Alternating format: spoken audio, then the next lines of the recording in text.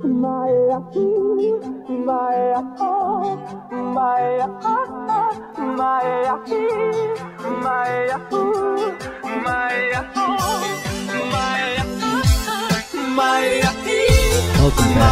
to Classic Meme Radio, bringing you all of the ancient classic memes. And if I'm not mistaken, that is the OG, the mother of all memes, the Numa Numa dance. I can't wait for VH1's I Love the 2000s, where we will be reminded of when this meme was created and how influential it was, so that we can continue to fat shame this poor man for the rest of his life for making a funny meme where he dances to a funny song. Is VH1 still around? No. Okay. Is VH1 still around? I don't know. But it's like, you know, MTV's still around. They hung in there. VH1 was always like... They probably got bought and there's something else now. The redheaded stepchild. Oh, maybe now they're just TLC. Yes. The Learning Channel. Anyways, bringing you those classic memes. Those like classic spicy memes. Back before memes were memes.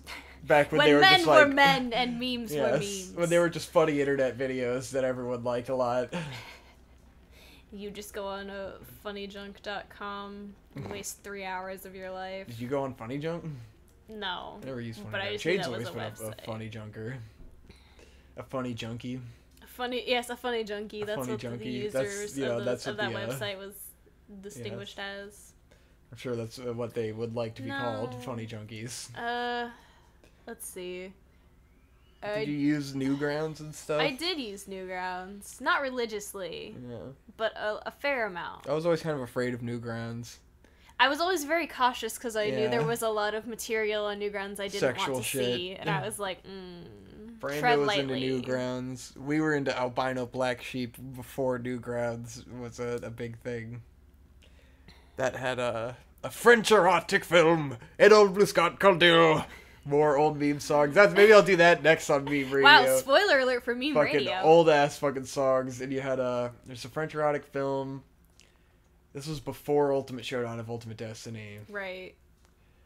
Albino Black Sheep. What were the Albino Black Sheep? We used to play these fucking... You ever watch like the stick figure death show? Yeah. God, those are fucking classics. Oh, wow. What was that called? I don't know. It was some kind of like death game with stick figure people. And it probably sucked. Like, I remember watching it when I was older and being like, oh, this really sucks. Like, this was dumb.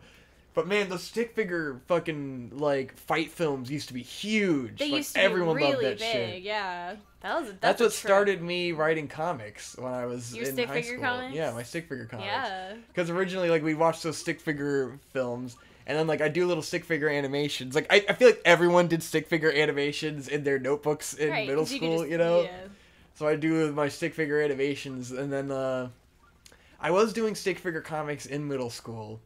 I had what was my first series? I can't remember what the first one was, but then there was Vash and Death, which is like an angel and a devil guy, and they were roommates, and like it was just like they were always goofy, funny comics, but it was an angel and a devil, and they were roommates, and the death guy would always like end up killing someone. Spoiler alert for Vash and Death. For Vash and Death. And the angel guy had one of his wings was like a metal wing that he used as like a sword, you know? Yeah, because but they were stick figures, you know? Of course. And those characters carried on into my further comics. Because like I would always build on the lore. The lore. The extremely simple lore of my comics that were just action and jokes. It was jokes and action and that's it. That's all I cared about. That's all you need. I wanted humor and fighting and no drama whatsoever. Anytime, like, because all throughout, I think just 10th grade, maybe it was, I think I did a comic throughout 9th grade and then I did another one throughout 10th grade. Because that was when Conrad still went to high school with me. And so every day we'd get on the bus and I would show Conrad my stick figure comic of the day. Because I'd draw him during study block or whatever, or lunch. Instead of interacting with any other human beings in the world. Like you do. Yes. People probably thought I was weird as shit for just sitting there drawing comics like all day in study block. I mean... I can't even imagine. I didn't think twice about it before because I didn't care about people. And in study block, you're supposed to, like, everyone always tells you to shut the fuck up and study, so, like, you can't really interact anyway. Yeah. Most people pass notes and shit. Yeah. I think I eventually did. But. I mean, I would literally just write stories all day during class, like, all the time, and pass them to my friends. Yeah. That's all I fucking did. Exactly. That's just proof that we all had such creativity in high school because we're so fucking bored of being in school that you just do anything else you could possibly find. Yep. You will occupy yourself with anything. Anything. Oh, I love the shield. It's so fucking cool. Yeah, I got a shield now. Got him. Eat shit, dude. Fucking motherfuckers up. But anyways, yeah, I would bring my comics to Conrad every day to read on the bus ride home. And, like, I took it really seriously. Like the fact that he enjoyed them was enough for me to be like, this is my series. And, like, you know, when you're a kid, you're always writing something as if, like, this is gonna be a masterpiece that people see someday, you know? Because you're a kid and you just roll with it. Which I still have all of them if anyone is interested. They're not good. But there's some epic ideas, because Gurren Lagann was around at the time, too. So, like, yeah. There's Gurren Lagann influence in the comics, and, like, they escalate and go to space and shit. But fuck, there was Vash and Death, and then there was Stickman. And Stickman's power was that he shot a laser beam that turned people into stick figures. Oh, man. And Stickman teamed up with one of the Spartans for 300... And they go on a great adventure. And it was just, like, every panel, like, every page ends in, like, the 300 character only talks in 300 references. Jesus. So no one would understand this comic anymore in these days, because no one gives a fuck about 300 anymore. Yeah, that's a dead meme. But literally, every line he says is a reference to 300. And so it's full of, 300 jokes and epic moments of action. What more do I have to say about that? Eventually I stopped because, like, I actually finished a story to a conclusion. Whoa. And, like, there was an epic finale where, like, you know, they saved the universe and shit. There's, like, this giant Gurren Lagann-esque battle that was on, like, an epic scale. And then Stickman basically dies and becomes part of the universe. And then it was, like, over. And I tried to do, like, a sequel to it that just wasn't good at all. And yeah. I completely lost interest. And that was the last comics I drew. But that was quite the little comic there. Yeah. It was, it was longer than the Vapors.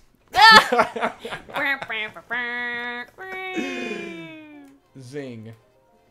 Hard sometimes. That was when I thought I wanted to be a comic book artist back then, possibly. I wanted to do everything, well, but, you know, comic artist was one of the bigger goals. Because I was having fun doing it. Even though I hate drawing, like, it was always agonizing pain for me to draw these things. Like, my hands just hurt from drawing. And so, like, it got to the point where I was just so sick of, like, the pain that my hands feel from drawing something that I just, like, gave up on doing it because it's not worth it anymore. Like, I probably have had fucking severe carpal tunnel my entire life and have never fucking said anything about it. Like, I've never told my parents, like, hey, my hands hurt when I try to fucking write and draw. It's that repetitive motion trauma. Yeah. Like, my hands legitimately hurt still to this day because now I barely ever write anything because I'm not in school anymore. So when I do, I'm just like, oh, God, this sucks. This hurts. Fuck.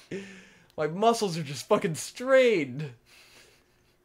I would strain myself drawing these fucking comics, even though they're the simplest art in the world. Literally just stick figures with, like, no backgrounds. Occasionally there'd be panels where I tried really hard and do, like, a background or, like, a neat effect or something. They're pretty simple. I think I was just gonna explore this area for shrines, and, like, I got distracted with that thing. I want to search. I think there's a shrine in here somewhere. And there's, like, a big rock guy around there. Ooh. No, should I even bother with the fucking shrines? Should I just move on? I know there's a shrine. There's a cool one back here we can do. Yeah. That's a cool one. Yay. Maybe we should just climb the wall over here. Fuck my follow the path strategy now. The mountains are too much of a pain in the ass. There's no good path through it. Fuck it. I was gonna go around to the back because I'm trying to focus on telling stories. I'm trying to tell comics. Do you ever go draw a big comic? I never, like, actually completed anything. Yeah. Really that big. Was one of the, like, that's the only, like, quote-unquote big, because it was, the length of the comic was, like, the length of a whole composition book. Yeah. Like, so it was finishing that composition book was like, whoa. Like, I planned it around being the last pages of that composition book to be the ending of the story. So when I filled it, it was like, wow, I completed something, you know? It was like, there was a big sense of accomplishment and, like, having finished a thing for probably the first time in my life. Like, finishing something, you know? Starting something with a vision and following it through and, like, actually finishing it and not giving up and doing something different. Because I had done other comics before that were only ever, like, a chapter, you know, or, like, a few pages. Right. Yeah. And then I'd give up because it stopped being fun, or, like, I didn't have any ideas. So this one was just, like, it's super scatterbrained, and I'd obviously, because I was only writing one a day, and there'd be weekends and stuff in between. And then sometimes I think it was once every other day, because, like, I only had, like, the one study block or whatever where I could do it. So, like, the fact that I finished it, like, I would constantly lose track of what I was doing and get bored of a storyline and just, like, have them do something completely different. Or, like, write myself into a corner and then just be like, like, there's one part where he's, like, gonna be a pirate, and he, like, takes over this pirate ship, and then, like, on the next page, he's just like, I don't want to do this anymore, and he, like, jumps into the... And, like, I had given him a redesign, because there were lots of points where the character would, like, get stronger and get a new sword and get a new hat. And then, like, I had designed this hat for him, and I was like, I don't like this hat anymore. He's just gonna go back to the way he was, and he's gonna jump ship and do something completely different. And I would do a lot of shit like that. But it was fun, and I finished it. It was my own little micro shonen manga. Magnum opus. Yeah. Or I would feel like it's not funny enough anymore, and then I'd be like, this sucks. Because I always wanted it to be funny. Because the jokes are where, you know, if I can make someone laugh, I feel the sense of accomplishment. At least that's how I felt back in high school, where it was like, this is the only way to get, like, a clear sense of, like... I wonder if that, like...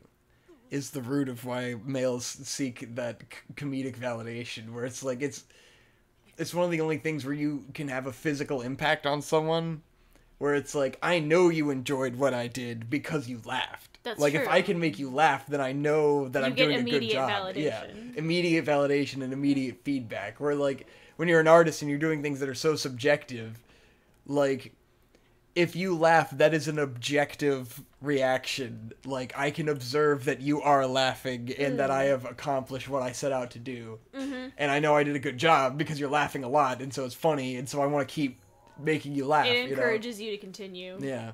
I wonder if that's why I was so into comedy, like, as a kid and throughout high school. Where, like, everything I did was always a comedy. Now I don't go for comedy at all anymore, because I don't really...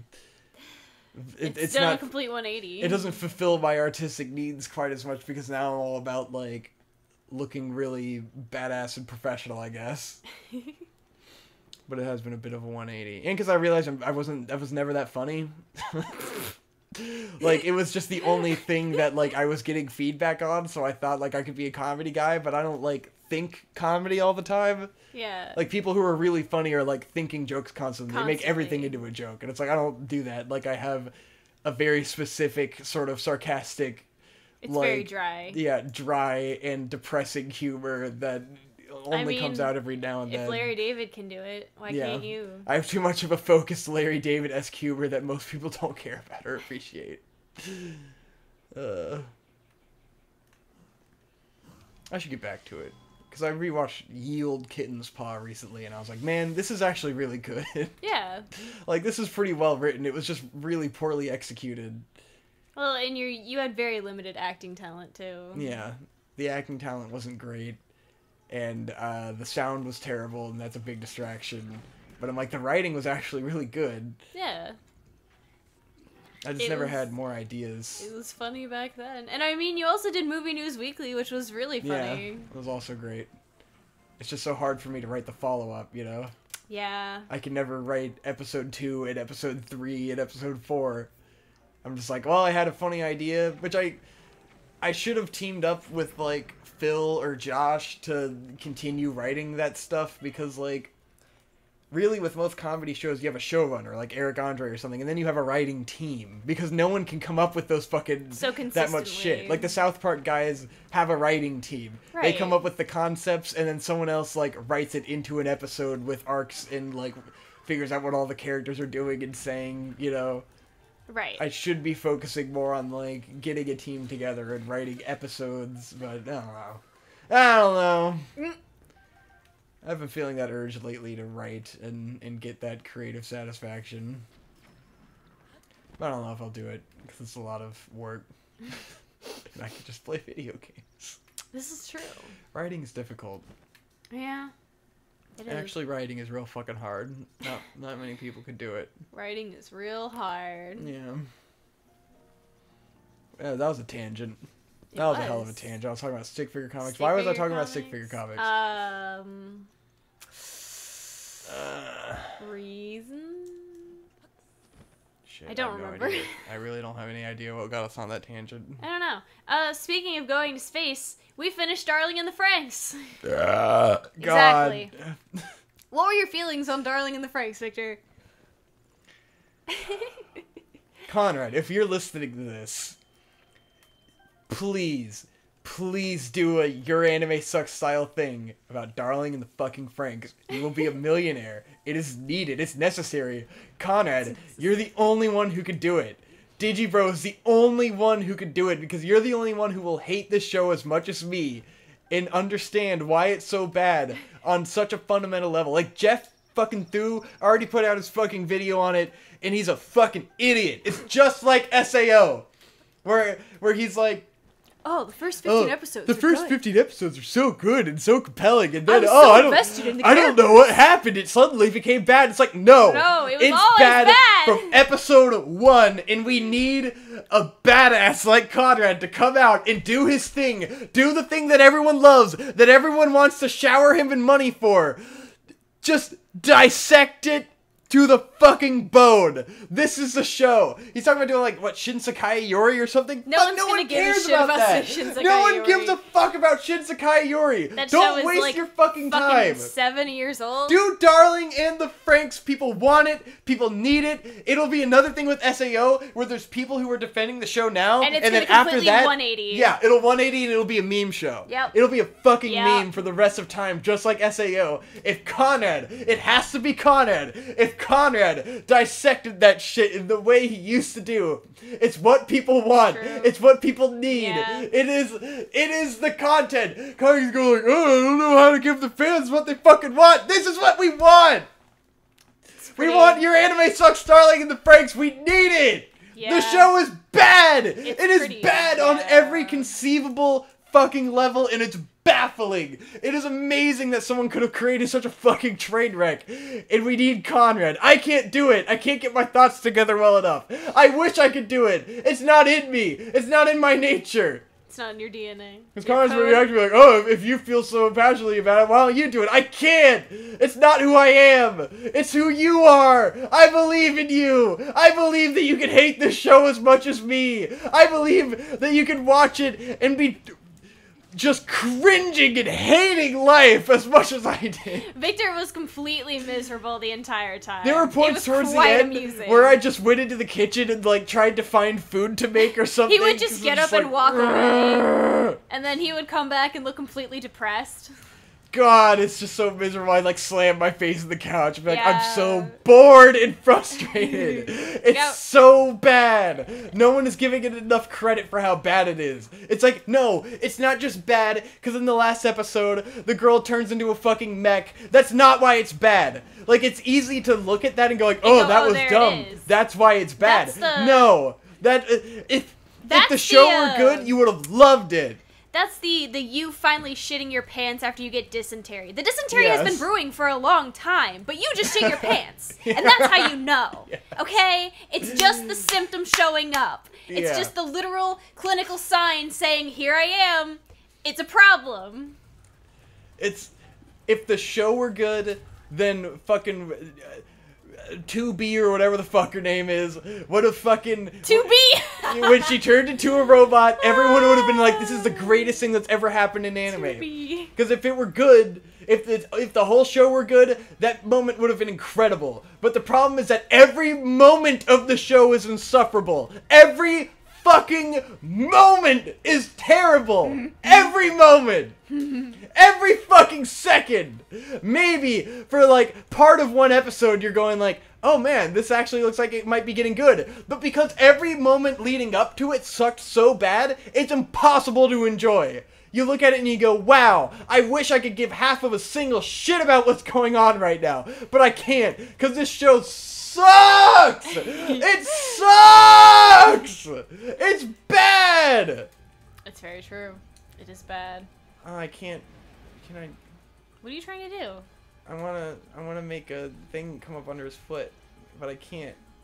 I can't do it. He's too big. No, it's because it's a hot spring, so it'll melt. Oh. I wanted to see if I could put a thing under his foot, and then that would make him like pop up, and like trip. Because maybe they planned that. Maybe no one's tried it yet, and I'm cool and creative and original. Yeah, It's like Video Game Donkey. I'm just like Video Game Donkey, guys. Yep. I can be creative and original too. You're just like Video Game Donkey, as proven by the other 31 parts of this Let's Play. Yes. I can be creative. Go back funny. and fact check, y'all. Uh-oh, he closed his eye. Uh-oh, he knew. He was No! like, I'm onto your shit, dude. Jesus. This guy's tough. Yeah, this boy knows what's good. Got him. Hey! Fuck you! Fuck you! I got it. Yeah, bitch. I've seen a lot of people getting, like, fucking 02 tattoos and shit. God. And I'm just like, why? I don't get the fucking fanaticism over her character design either. It's not that good. It's just she has horns. Yeah, I mean, that's it. She's just like any other fucking pink-haired girl, except she has horns. Wow. Fucking amazing. 10 out of 10. Waifu for life. Best girl. Wow, she has horns. Fucking, wow, amazing. And she also has a shit personality. She's basically just girl Inuyasha, but with none of the fucking character development. Her fucking plot is stupid as shit. It's so fucking stupid. I hate it. Oh, I was a Klaxosaur, and I found a book. And because I really liked the book, I fell in love with the first fucking boy I ever met. Yeah, but Victor. And it's so fucking... Victor. God, it's stupid. Victor, she ate the book. Yeah, she ate the book. She loved the book so much that she couldn't let it get taken, so she ate it so it would be in her body. Because she couldn't let them have the thing that was precious to her, which had to be the lamest book ever written of all time. The most lame fucking generic gay shit they could have possibly imagined is the thing that she was fixated on. But it was so dark. Oh, it turns out that her and the main boy have been in love the whole time, so they had their memories wiped. Oh no! He didn't remember her. God, it's so fucking dumb and lame. It's like the most, like, the 13-year-old who takes himself way too seriously love shit, you know? It's like any fucking adult would think this is retarded as shit. Every love dynamic in the show sucks ass. It's, what am I doing? It's also just fucking propaganda to fix the falling birth rate in Japan. Yes, it's all fucking birth rate propaganda. It's just like, oh, this anime girl found a book about pregnancy and now she wants to have a baby even though she's 16! It's so Or stupid. 14 or something. It just She's sucks. not old fucking enough. It's so Put it dumb. that way. We should not be promoting fucking children having kids. This is not something we need to be glorifying. We don't need to be glorifying teenage pregnancy. Is this MTV? No, stop it. And it's literally the worst character in the show. And her only motivating factor is that she found a book where she saw that childbirth is a thing. And she decided that she wants to have a kid. That is the only thing to her character. Yeah, there's nothing else about her character at all besides that she found a book and she wants to have a baby. Yep. And then eventually she gets pregnant, but her memory is wiped.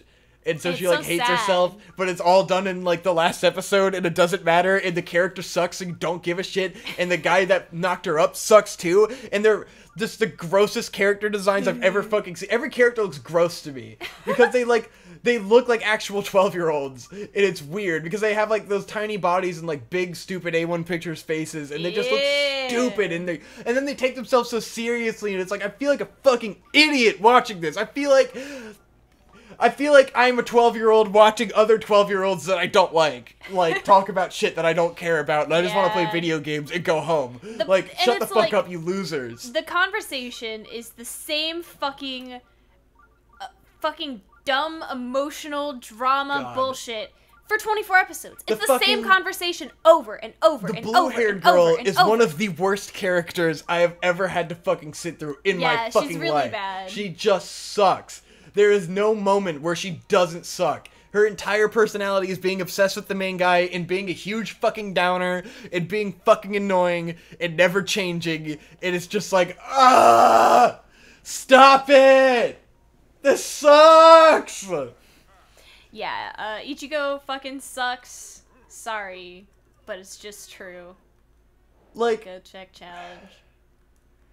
The shit works when it's like Eureka 7, where it's like the love story is intertwined with a political sci-fi plot, you know? Right. And like all this shit is happening, and like the relationships are developed over fucking 50 episodes, and everything is really compelling and interesting. And Darling in the Franxx like tries to do a similar thing and fucks it up on every fucking level at every point in the entire runtime of the show.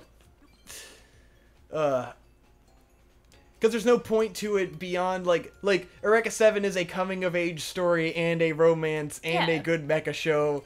It has all of these things going on simultaneously, and Darling in the Franxx is just a shit romance with terrible characters. It's just teen angst for 24 episodes with a shitty romance. And it's like, the ending is rushed. If you could call it that. But simultaneously, it feels like it only needed to be 12 fucking episodes because nothing happens. Exactly. So much happens, but nothing happens. It's like kind of amazing. They waste so much time treading water with the stupid relationship shit that it's like you could have fleshed everything else out and not spent so much time making me fucking infuriated, but you didn't. You just kept going with the same shit forever. Oh fuck! Oh no! That was Studio Trigger going, we can make a classic mecha anime, but am I gonna? No. God damn it. Oh, we're not gonna win this one. Failed. This one's gonna be it's a bad it's show. On time limit. Yeah. Exactly. Fucking bad show. Uh-oh. I don't know how many rupees I need to collect. 100. 100? Mm-hmm. Fuck. Yeah, I think it's gonna be probably not happening this time. I don't think I'm gonna make it. Yeah, Darling in the Franxx sucks. So there's no cohesive way for me to talk about how terrible the show is. I need so much that fucking happens, to break it down from episode 1 and really go through and fucking tear it apart. God damn it, Conrad. I need to go on fucking Digibro versus everyone. And fucking, argue with him about why he I've been thinking about it every time, where I'm just like, I am the fucking one who could be the most pissed at Conrad because I follow him the closest, you know? Yeah. And am his brother and can't talk to him in a normal way every day, you know? Yeah. Yeah. I'm like, there's so much frustration I have with him right now. Like, over his lolicon shit. Oh, you did it! But I think you gotta get to the top, too. Yeah, I gotta get to the top. Well, I can make it. Haul ass. You got 30 seconds. The lolicon shit. It's a whole fucking topic in its own. Yeah, I was gonna say, we don't got time to go on that, right? No. Yeah, I give historical context. What was I on about? Darling in the Franxx. Darling in the Stanks. I'm just so heated. All I'm doing is yelling about it. Oh, that's all you gotta do, dude. Yeah. Just yell. Oh, God. I just need to vent about Darling in the Franxx and how it was the worst fucking thing I've ever seen. Wow, that was actually... 8 seconds. Nice. I remember really struggling with that. I guess falling is the right way to go. Yeah. Get fucked up. Unless there's like a harder challenge version that I was struggling with before. Maybe. Hey, but now I can go on the shrine. Shrine it up. What's our time at? How long have I been ranting? 28 minutes. 20 minutes. Is that all we had to say about Darling in the Franxx? It sucks. It sucks. I think that's pretty much the summation. God, fucking pray to God that we're still recording this episode. So that was fun. You had a good time yelling about Darling in the Franxx. Yes, I need Conrad. I need Conrad, the savior, to fucking give us Darling, your anime sucks, Darling in the Franxx. It's what the people want. It's true. It's what the patrons need. This, like, he acts like it's so complicated to fucking grow his audience. It's like, no, just, you know what's popular. You know what people want to see. You know that you can cut a promo on Darling in the Franxx. It's all people want. It's so obvious. Nobody cares about Shinsekai Yori. Everyone cares about Darling in the Franxx. It's hot. It's a hot button right now. It just ended. It's over and everyone is pissed. Search engine optimization. God. It's a perfect thing for everyone who hasn't seen it that had doubts about it to watch it and go like, oh yeah, fuck that. I don't need to watch that anymore. Perfect. And then all the other people will be like, oh, fuck Digibro, he doesn't get it. He doesn't get Darling in the Franxx. And then there'll be all the Reddit shares and people being like, see, I told you this sucks.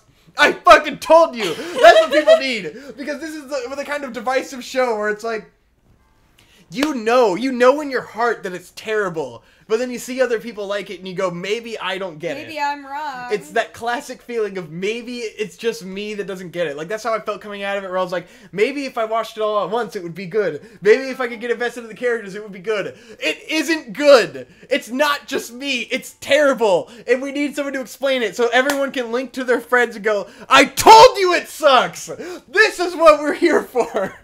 I told you! I couldn't articulate it, but this motherfucker can! He is the god of articulation, and he can tell, because Jeff Thu doesn't get it! Jeff Thu doesn't get how bad it is, and he's too much of a pussy to say how bad it is! We need Conrad! We need Digibro! We need Digibro to articulate how bad this show is, because no one else has the balls! Everyone's a pussy!